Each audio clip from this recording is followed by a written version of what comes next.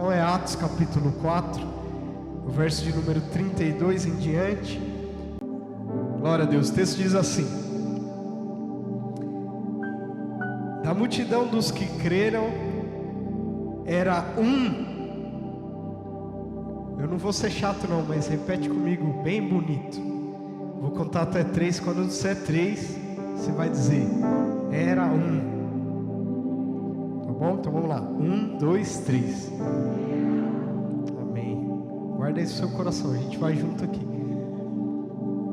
Então está sendo dito: da multidão dos que creram era o coração e a alma. Ninguém considerava exclusivamente sua nenhuma das coisas que possuía. Tudo, porém, lhes era comum. Próximo versículo. Com grande poder, os apóstolos davam testemunho da ressurreição do Senhor Jesus, e em todos eles havia abundante graça. Estou lendo e vai tomando posse para a sua vida. Verso 34: pois nenhum necessitado havia entre eles, porquanto os que possuíam terras ou casas, vendendo-as, traziam os valores correspondentes. 35: e depositavam aos pés dos apóstolos. Então se distribuía a qualquer um à medida que alguém tinha necessidade. José, a quem os apóstolos deram o sobrenome de Barnabé, que quer dizer filho de exortação, levita, natural de Chipre. Finalizando a leitura então nesse versículo que diz: como tivesse um campo, vendendo, trouxe o preço e o depositou aos pés dos apóstolos. Essa é a palavra de Deus. A gente sabe que no capítulo 1 há uma promessa de Jesus, de Atos, capítulo 1 de Atos. No capítulo 2 essa promessa ela se cumpre, o Espírito Santo é derramado, a igreja então é empoderada. No capítulo 3 a gente vai ver o primeiro milagre ali, cura que é operado a partir dos apóstolos, aquele coxo sendo levantado na porta do templo, onde Pedro pode olhar para ele diante daquele pedido de esmola, de uma ajuda financeira, e ele fala assim: eu não tenho prata nem ouro, mas o que eu tenho te dou, levanta. E aí a gente vê que o poder que eles receberam no capítulo 2, poder da presença do Espírito Santo, de carregar o nome de Jesus, de fato também se materializar ali no capítulo 3, onde aquilo que bem material, prata, ouro, dinheiro nenhum poderia fazer, o poder do Espírito Santo faz, o poder do nome de Jesus faz, colocando aquele homem de pé. Aquele homem que no capítulo 4 a gente vai entender que passava por aquela situação, estava naquele estado há 40 anos, porque ele era de nascença coxo. E o capítulo 4 revela então que aquele homem tinha mais de 40 anos. E aquilo que nada, em nenhuma situação, nem financeira, nem pessoas, nem rituais puderam fazer, o nome de Jesus fez instantaneamente. Aquilo que nada em 40 anos aconteceu, o nome de Jesus coloca aquele homem de pé. Aquilo gera um alvoroço tão grande que no capítulo 4 a gente vai ver o início ali da perseguição. Por conta do nome de Jesus, os apóstolos vão ser perseguidos. Então Pedro e João vão ser lançados na prisão. E esse é o contexto do capítulo 4. Só que nesse contexto de perseguição, a gente vai ver Deus ainda confiando mais pessoas, a igreja ainda crescendo em número, e não só em número, a igreja crescendo em poder, a igreja crescendo em unidade, a igreja crescendo em propósito, a igreja crescendo em testemunho. Pastor, por que uma palavra como essa num dia como esse? Olha só que interessante, o verso 32 diz assim: que da multidão dos que creram era o coração e a alma. Meu irmão, aqui a gente está numa multidão de muitos que creem. Quantos creem em Jesus aqui? Glória a Deus. Só que o texto está nos revelando algo também importante: a gente caminhar em unidade. Até porque é a unidade que vai revelar se é Jesus mesmo que eu tenho seguido. E aí o pastor já começou a puxar a orelha, Mas quem me conhece sabe, eu não me prendo a performance. Nossa busca é pela presença de Deus. Eu sei que Ele já está falando no nosso coração aqui nessa manhã. E da multidão dos que creram era um coração. Quando eu caminho em unidade com você, mesmo suportando, né, enfrentando, passando pelas diferenças, pelas indiferenças algumas vezes, pelas traições, pelas decepções, mas quando eu respeito a sua humanidade, entendo que você falha assim como eu também falo, e que se hoje você pisou no meu pé, amanhã eu que posso pisar no seu. Só que o Deus que eu creio, o Jesus a quem eu sirvo é maior do que tudo isso, e Ele tem o poder de, mesmo em meio a essas diferenças, a gente caminhar em unidade. Da multidão dos que creram, porque que adianta crer se eu não estiver unido a você? Lagoinha Santana, 4 anos de igreja, e Deus está nos chamando para um novo nível de unidade, de comunhão, onde a gente vai se amar mais, vai se suportar mais, vai caminhar mais junto, vai estender mais a mão, vai dar mais abraço, vai profetizar mais um na vida do outro, vai orar mais uns pelos outros. Da multidão dos que creram, era um coração, era uma alma, caminhavam no mesmo propósito, na mesma visão, com o mesmo entendimento, debaixo do mesmo coração. E o texto segue dizendo assim: ninguém considerava exclusivamente sua nenhuma das coisas que possuía. Meu irmão, Deus quer gerar em nós esse senso. Olha só, não é que você não vai possuir as coisas, você vai, só que as coisas não vão te possuir. Aquilo não vai tomar um lugar no seu coração, meu irmão, que te afasta das pessoas. Não, mas aquilo vai tomar um lugar no seu coração, e você, alinhado a essa crença e fé em Jesus Cristo, alinhado a essa unidade, né? Um só coração, uma só alma. Ser generoso, repartir. Sabe o milagre dos pães? Estava pensando sobre isso. É uma passagem que a gente passa inúmeras vezes, e sempre Deus fala conosco, né, de várias maneiras. E Jesus então agradece pelo milagre. O milagre nem aconteceu, mas Ele agradece, parte, dá na mão dos discípulos. E ali a gente vê o milagre do pão se multiplicando. E meu irmão, não é à toa que estou falando isso. Eu creio que você vai viver esse milagre do recurso sendo multiplicado sobre a sua vida, em tantas áreas, não só a questão financeira também, mas em tantas áreas da sua vida, e o recurso sendo multiplicado. Só que olha só que interessante, o pão, mesmo que viesse a multiplicar, se não tivesse a mão de quem levasse, então eu entendo que muitas vezes o milagre não é só o fato do pão multiplicar. O verdadeiro milagre são mãos estão dispostas a sair do lugar onde elas estão e entregar aquilo que está na mão delas, na mão de quem não está segurando nada. E a hora que ele reparte, entrega, ele olha para a mão e vê que cresceu na mão dele. Meu irmão, isso é forte demais. E Deus está nos chamando para entrar nesse lugar, nesse ambiente onde eu me movo por fé e generosidade. Deus não permite faltar na minha vida, porque a palavra de Deus diz que é melhor dar do que receber. Eu sei que esse texto às vezes a gente usa para dízimo e oferta, e pode ficar tranquilo, não vamos fazer mais apelo financeiro aqui. O momento de ofertório já aconteceu, mas a gente está falando de coisas ainda mais altas, de um coração de um homem, uma mulher que se move em generosidade. Não, isso não se resume só ao financeiro. Não considerava exclusivamente sua nenhuma das coisas que possuía. E se a gente pegar algumas palavras aqui de forma isolada, trazer uma aplicação para a minha vida, não considerava ser seu aquilo que possuía. Deus tem te entregado algo, tem confiado algo nas suas mãos. Saiba que isso é dele, você é um mordomo, está cuidando das coisas do Senhor.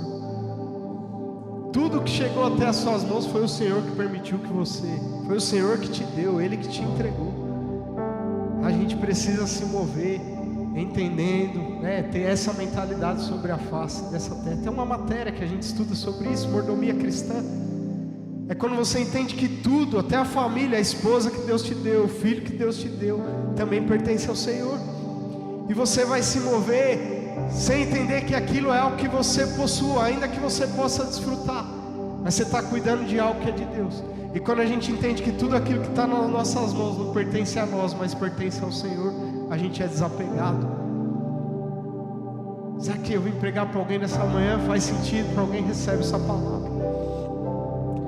Tudo, porém, lhes era comum. Próximo versículo diz assim: com grande poder. É uma igreja que vai se mover com grande poder. Lagoinha Santana, nós iremos nos mover com grande poder e dar testemunho da ressurreição do Senhor Jesus. Se mover em poder. Uma igreja que se move em poder. Uma igreja que se move em testemunho da ressurreição do Senhor Jesus. Aliás, é uma igreja que se move em poder, porque é testemunha da ressurreição do Senhor Jesus Cristo. E o texto segue dizendo: e em todos eles havia abundante graça. Sobre sua vida essa palavra, sobre sua casa, sobre sua família, mas sobre essa igreja Lagoinha Santana. E iremos a gente está entrando num tempo de viver a abundante graça do Senhor sobre a nossa vida. Vou te falar algo. A gente está aqui hoje nessa manhã é resultado da graça abundante do Senhor sobre a nossa vida. A gente encarar a nossa segunda-feira amanhã e sobreviver a nossa semana é resultado da abundante graça do Senhor sobre a minha e a sua vida. Muitos de nós estamos vivos hoje porque é resultado da abundante graça do Senhor sobre a nossa vida. Nesse ano de 2025 até aqui, a gente já pôde se alegrar de um número de quase 300 pessoas que decidiram por Jesus aqui nessa casa, ainda esse ano, só nesse ano. Pessoas que entregaram sua vida a Jesus pela primeira vez, pessoas que estavam distantes, se reconciliaram, voltaram para os caminhos do Senhor, e tudo isso é resultado da abundante graça do Senhor. A gente vive aqui nessa igreja casamentos que foram restaurados. Desse milagre, isso é resultado da abundante graça do Senhor. Pessoas que foram curadas, que foram libertas, e tudo isso é resultado da abundante graça do Senhor. E cada GC que se abre é resultado da abundante graça do Senhor. Cada líder que nasce, GC, líder que é multiplicado, resultado da abundante graça do Senhor. Preciso entender e não considerar meu nada daquilo que eu possuo. Eu preciso entender que tudo é resultado da abundante graça. E se hoje algo tem chegado às suas mãos, embora você seja capaz, não estou falando que não é. Embora você seja inteligente, não estou falando que não é. Mas é resultado da abundante graça de Deus sobre a sua vida. Quando nós entendemos isso, nos movemos desprendidos das nossas posses. Não consideravam exclusivamente seu, porque entendiam. É resultado da abundante graça do Senhor. A gente entra num tempo, eu creio nisso profeticamente, não só na nossa igreja, mas vai se estender aos lares, às casas, às famílias aqui. Num tempo ainda mais profundo de viver e testemunhar e se alegrar com o resultado da abundante graça do Senhor sobre a nossa vida.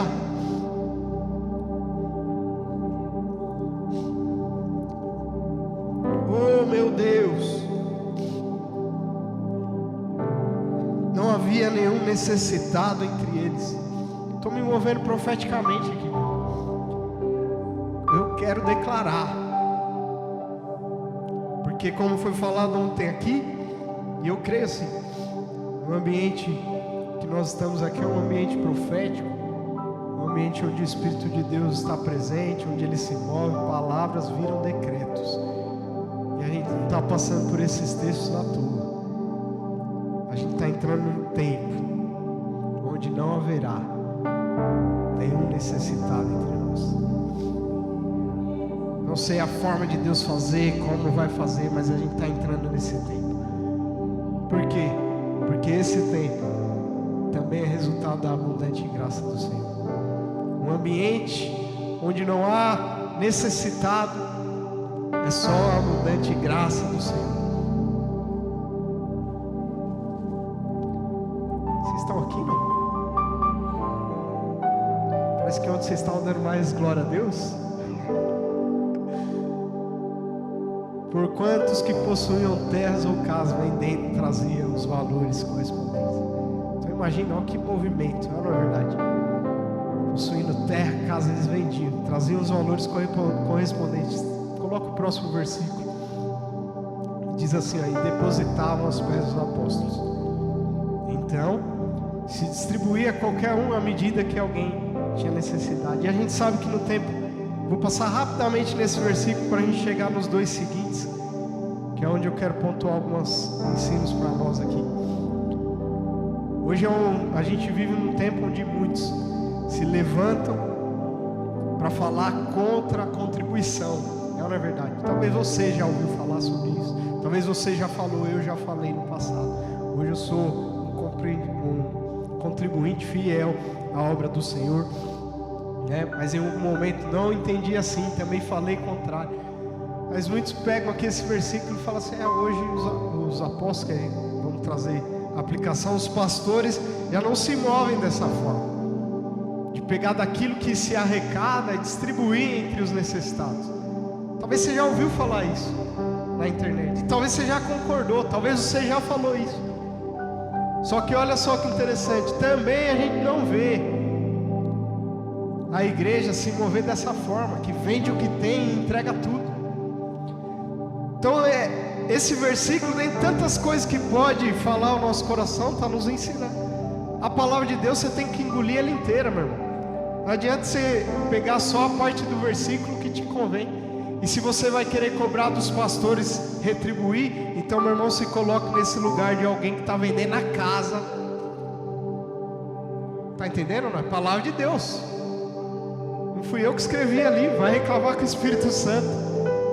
Mas muitas vezes a gente pega o versículo que nos convém e quer trazer doutrina para a igreja, ensinamento.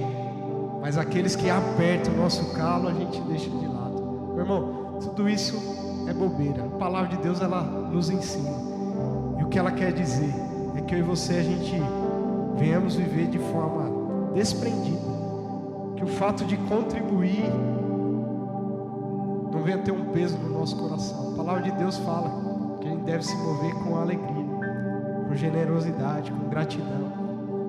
Quando eu falo contribuir, às vezes a nossa mente já vai no dinheiro também, mas tantas são as formas. E Deus te chamou, meu irmão, para ser um contribuinte, para você mais dar mesmo do que receber. A gente espera demais, entrega muito pouco. A gente quer o perdão da pessoa, mas quando a gente precisa liberar, a gente retém. Não estou falando só de dinheiro, faz sentido ter alguém pegando nessa manhã. E Deus quer nos levar a esse nível de igreja que caminha de forma desprendida. Jesus se esvaziou de tudo que possuía, veio a essa terra, meu irmão, e entregou tudo. Ele entregou a última gota do seu sangue, Ele entregou sua vida. E às vezes a gente quer contar os centavos. Só que a gente está entrando num ambiente, num lugar onde a gente vai se mover desprendido dessas coisas, porque a gente entende que tudo é resultado da abundante graça. Próximo versículo, já caminhando de forma breve aqui para o final. E aí entra nessa passagem José. Aqui vai falar de Barnabé. Barnabé é um grande homem de Deus, mas ele vai aparecer no cenário aqui. E ele aparece com esse nome José, um nome simples. Então imagina, o mover de Deus está acontecendo. Capítulo 2, os crentes, a igreja foi cheia do Espírito Santo, aquele mover extraordinário. Capítulo 3, um coxo, a vida inteira não andou, foi colocado de pé. Capítulo 4, já estão perseguindo os apóstolos, já estão perseguindo a igreja, um movimento, e Deus está chacoalhando a terra. E no meio desse movimento tudo, aparece um homem, com um nome simples, o nome dele é José. Só que as pessoas não chamam ele de José. Ele vai ficar conhecido como Barnabé, que é o nome que deram para ele. E aí o texto diz assim, que quer dizer, o nome Barnabé quer dizer filho de exortação. E diversas outras versões vão usar a palavra consolação, que seria, no caso, a melhor palavra a ser usada aqui. Mas, lógico, intimamente ligado, mas quando a gente fala consolação, você já entende. Filho da consolação. E aí você vê então que ele começa a ser chamado pelo apelido que deram para ele. E nessa manhã eu falo, como igreja, estamos aqui, uma multidão, mas cada um tem sua vida singular, pessoal. Eu quero te falar, você é uma pessoa simples, assim como eu sou simples, mas um alguém que Deus te chamou. Só que um alguém que vai ser conhecido pelo nome que deram, o apelido que deram, e esse apelido é que as pessoas deram, é o céu que batizou com aquele nome. Porque o nome José os pais escolheram, mas o nome Barnabé estão dando a ele, porque é a forma como ele está se movendo sobre a face da terra. Está falando, ele passa a ser chamado por Barnabé porque era filho da consolação. Eles estavam vendo que José era alguém que consolava os outros, que servia aos outros. Faz sentido eu vir pregar para alguém ou não? Eles percebiam que Barnabé era alguém que sentia a dor do outro, que se aproximava, que abraçava, que trazia para perto. Ele não estava muitas vezes preocupado com o holofote, com o microfone, com o púlpito, mas no bastidor ele ia e orava por um. Ele ia e levava alimento para quem estava precisando. Era alguém que se movia em consolação. O consolador, alguém que tinha uma unção, um dom, e se movia dessa forma. Então ele vai receber o nome Barnabé. E meu irmão, eu quero te dizer algo, que o nome que o céu te dá não fala a respeito daquilo que você simplesmente faz, mas de quem você é na sua essência.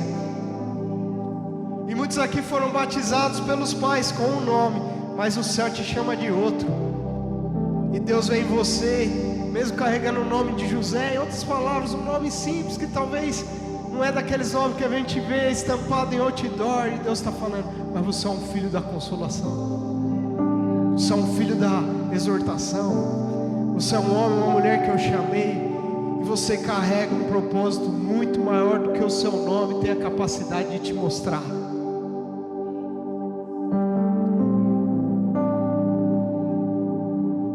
Estou numa sensação que a igreja ficou no culto de ontem à noite.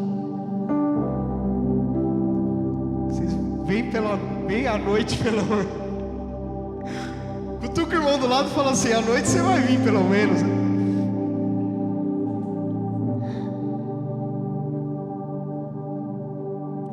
Mas está falando no seu coração, eu já estou caminhando para o final. Ele recebe esse nome. Às vezes não estava atrás de púlpito, mas estava atrás de ser irmão para quem precisava. Aí o texto diz assim, ele era levita, natural de Chipre. Quando fala natural de Chipre, a Bíblia está querendo dizer que era alguém de uma região distante, que não era daquele povo. Só que ele vai abraçar aquela missão como se fosse daquele lugar.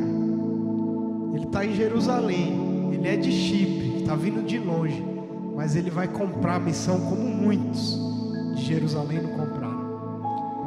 E talvez hoje você olhe para a sua vida e vê, Deus me transicionou tanto a geografia. Eu vou te falar, muitas vezes Deus te traz de lugares distantes, para que no lugar onde você está hoje, você possa ser alguém de perto, que tem o coração perto, que se move com esse dom e essa unção de um consolador, de um homem e uma mulher que Deus levantou para trazer sempre uma palavra para alguém que precisa, para trazer uma palavra de cura para quem está ferido. Deus te levantou com um propósito. Aí o texto diz assim, que ele era levita. Ele ele já era separado, já era de uma tribo separada, ele já era consagrado ao Senhor.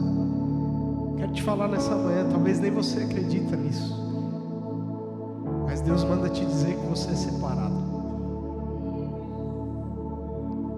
que você é consagrado a Ele.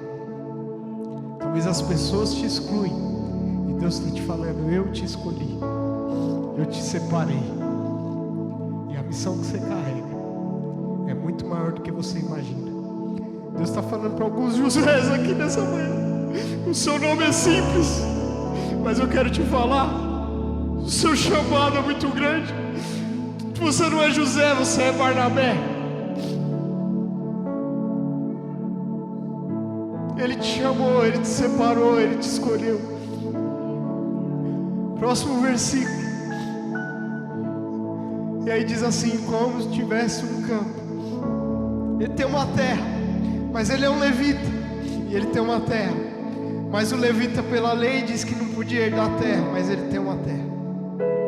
E aqui a gente não quer aprofundar, porque tem tantas coisas que a gente pode se esbarrar, mas eu quero trazer algo no seu coração. Porque muitas vezes Deus te permite conquistar algo que talvez para a sua linhagem. Meu Deus, isso aqui é muito forte, meu irmão. Talvez a sua família, a sua descendência, o contexto, a experiência que você tem e já viveu, ela não aponta para isso que hoje está nas suas mãos. Só que isso, meu irmão, é um lugar de conquista e satisfação e plenitude na sua vida. Imagina alguém que é da tribo de Levi, que a lei dizia que não podia herdar a terra, e ele tem um campo, e aquilo ali não era ilegal. Não estou dizendo que era ilegal, até porque ele era de Chipre, e essa regra não vai se estender a ele. Só que ele sabe a linhagem, ele é um levita, mas ele vai pegar aquilo que para a linhagem dele não. Até porque quando Deus não dá tribo, não dá campo, não dá terra, não dá herança para a tribo de Levi, é que Deus estava falando para os levitas: eu sou a herança de vocês. E ali no meio daquele movimento todo, ele não era obrigado a fazer isso, mas ele vai olhar para a terra e ele vai vender aquela terra, porque ali ele vai se lembrar que a minha herança é o Senhor. Então ele vai abrir mão daquilo, vender. Não diz que tinha muitos. Quantos campos o texto diz que ele tinha? Ele tinha um campo. E é muito fácil a gente se mover em generosidade. E eu não estou falando de dinheiro aqui nessa manhã, quando a gente tem muito. Mas dá quando a gente tem pouco, ou dá quando é a única coisa que a gente tem. É só para alguém que está vivendo um avivamento. É quando a gente entende que a terra não tem o mesmo peso que o céu. Então eu abro mão daquilo que pode representar a minha maior conquista, porque eu entendo que nada que é temporário pode suprir o vazio que aquilo que só é eterno pode preencher. E me movendo em generosidade, em desprendimento, poder entregar ao Senhor. Então ele vende e traz o preço e deposita aos pés. E quando ele põe nos pés dos apóstolos, meu irmão, quando você vai dar um dinheiro ali, é o que aconteceu. Você está entendendo o que o Espírito Santo está falando aqui? Alguns pode ser financeiro, alguns pode ser perdão, tantas situações que você vai precisar entregar. Só que quando você vai dar, vamos se atentar aqui, eu encerro aqui, dinheiro para alguém, como é que você faz? Me fala. Você põe no pé da pessoa, você dá na mão dela. Só que Barnabé estava mostrando aqui, ó, que a postura daquilo que ele possuía, o lugar onde aquilo estava nele, ocupava nele, é o lugar onde ele vai depositar. Em outras palavras, só que não está na minha mão. Resultado da abundante graça do Senhor. Isso aqui não está na minha mão. Então, se não está na minha mão não pode segurar. Está aqui, ó. Eu coloco nos pés. Deus vai te entregar muita coisa. Ele vai te entregar muita coisa. Mas que sua mão não venha reter aquilo que muitas vezes Deus te deu para abençoar.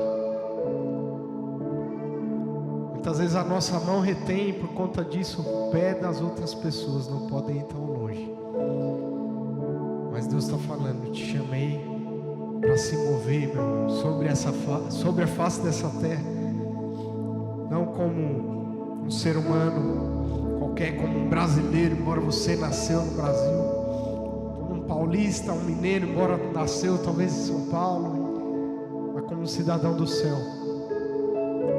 E um cidadão do céu não se move preso às coisas dessa terra. Você pode conquistar, não tem problema nenhum. Para entregar eles tinham que possuir, mas as coisas não podem possuir um lugar no seu coração. Só uma coisa pode possuir e ocupar um lugar no seu coração, que você não vem abrir mão disso. É o céu, é a presença de Jesus Cristo, é a palavra do Senhor Jesus Cristo sobre a minha e a sua vida, a presença do Espírito Santo, em nome de Jesus. Meu irmão, que essa palavra possa ficar no seu coração. É um desafio, né? Aniversário da igreja, você vai pregar Atos 4. Mas eu espero mesmo que o Espírito Santo tenha ministrado sua vida. Uma igreja que vai se mover com um coração, em unidade. Era. Imagina Deus estendendo essas palavras na Lagoinha Santana. E na Lagoinha Santana, da multidão dos criqueiros, era o coração e a alma. Com grande poder, a Lagoinha Santana se movia em dar testemunho da ressurreição de Jesus Cristo. Na Lagoinha Santana não havia nenhum necessitado, porque na Lagoinha Santana nenhum considerava exclusivamente seu tudo aquilo que possuía, porque na Lagoinha Santana eles entendiam: tudo isso é resultado da abundante graça do Senhor. Você pode se colocar de pé, meu irmão, nessa manhã.